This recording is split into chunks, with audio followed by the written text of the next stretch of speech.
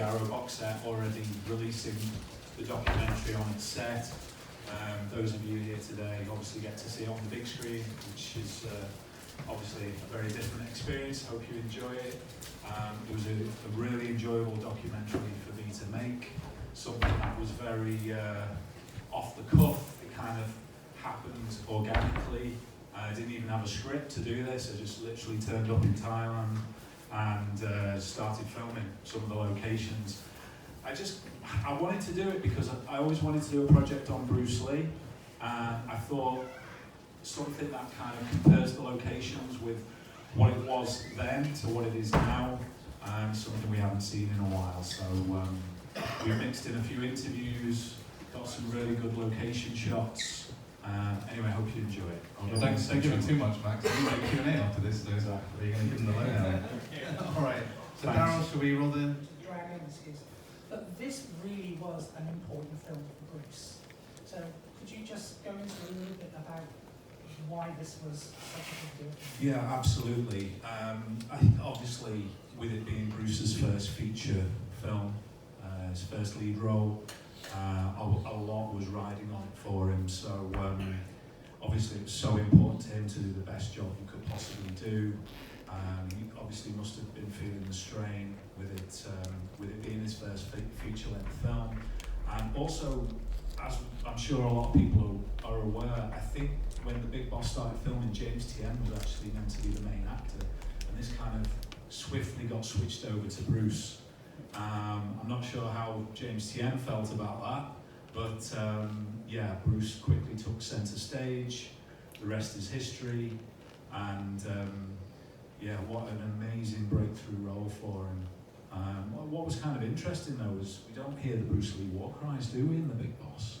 You know, so that was interesting. That obviously started with Fist of Fury. I know they dubbed in his war cries for the Cantonese version, but obviously the Mandarin version, the English version, didn't have his war cries in the film. So, but yeah, I know a lot of people look at it and think of it as, is rusty the right word? It's kind of raw for his first movie. It's not as polished as Enter the Dragon, not as polished as even Fist of Fury, but it's still such a great film, such an iconic film. Bruce's film and Thailand was so synonymous, and so everybody knows about this, that there hasn't been more attention drawn to these locations as a site of pilgrimage or tourism. Did that surprise you? Yeah, it did actually, and as we all know, everything changes with time. So, you know, I would say it's probably the only Bruce Lee movie where the most locations still exist, because obviously Enter the Dragon, a lot of those locations have gone, and there is a few that are still there. Fist of Fury, obviously it was a lot of studio filming. You know, some of the locations there definitely don't exist, but Big Boss, they're all very near. So if you ever go to Patchong in Thailand, you'll be able to do them all in most likely one day. They're all within a few hundred yards of each other. You could practically walk to them all. I know there's a story where Bruce Lee used to jog to the ice factory or do running to the ice factory every day. So, you know, one way to keep fit. I know the distance from the hotel to the ice factory. So, yeah, we can... Yeah. And how did he come to work to help you with the film? Eric was extremely helpful with the film. He helped get a lot of the interviews. I actually went to Thailand twice for this documentary. I did a day of filming first before I got to know Eric, and I got a couple of interviews then. I got obviously a lot of the locations then, the ice factory and various other ones, but once I got in touch with Eric, it was clear he had some very good contacts there. So I think you remember Kunyaya, her interview in there, where she's very enthusiastic about seeing Bruce Lee at the ice factory. We got her, and you know, there's some really nice ones that we found. We found the restaurant owner by chance, who was the one that was doing the catering for the film. So that was just lucky. He was calling me from across the road. He was like, Bruce Lee, like this. And he didn't speak much English, so obviously got the translator to go over across the road and speak to him. I was like, what does he want? He says, he knows Bruce Lee. You need to talk to him. So I was like, okay, right. So basically, that's how that that's how that interview came about. It was just totally by chance. So we're lucky then. And just touching on what you were saying earlier about how these people that you interviewed, they were all very happy to talk to you, very enthusiastic. There's a point of pride, isn't there, from a lot of the people you've spoken to about Bruce Lee having filmed there, and of course, like in Hong Kong, China, they all knew him from the Green Hornet. So did you really get that sense that they were all very, very happy to be associated with Bruce Lee in the film? Yeah, I think so. You can see actually in some of the black and white still images that you saw in the documentary, and obviously in the numerous publications on the Big Boss, that that basically you could see all the people watching.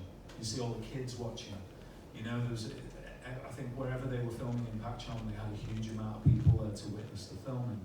So I think everybody was just so happy they picked a province such as Pakchong, because they could have picked anywhere. And it just happened to be Pakchong, which is around 2.5 hours drive from Bangkok. In case any of you decide to go there, I highly recommend it, obviously. I'm sure you'd be more inclined to go after seeing the documentary, so yeah. On the show, so you are a bit of a legend yourself. But I want to ask you, when did you become a fan? Good question, yeah. I mean, it was around 88, 89. I watched half of Enter the Dragon on TV. Don't think I was allowed to watch it at my age. I was 13 or something. And my dad said, "You need to watch this. It's amazing." I'm asking because you don't look old enough to be. Thank you very much. Appreciate the compliment there. Yeah. But no, I watched it. It was an ITV screening on TV. My dad had recorded it for me, and then that was it. I think I'd watched it 10 times in a week and worn out the VHS. I went out to buy it from HMV or somewhere like that for $9.99, and then I wore that one out over a period of 3 months. God, I must have watched it like 50 times in 6 months. It was just crazy. I'm sure that goes for a lot of people here.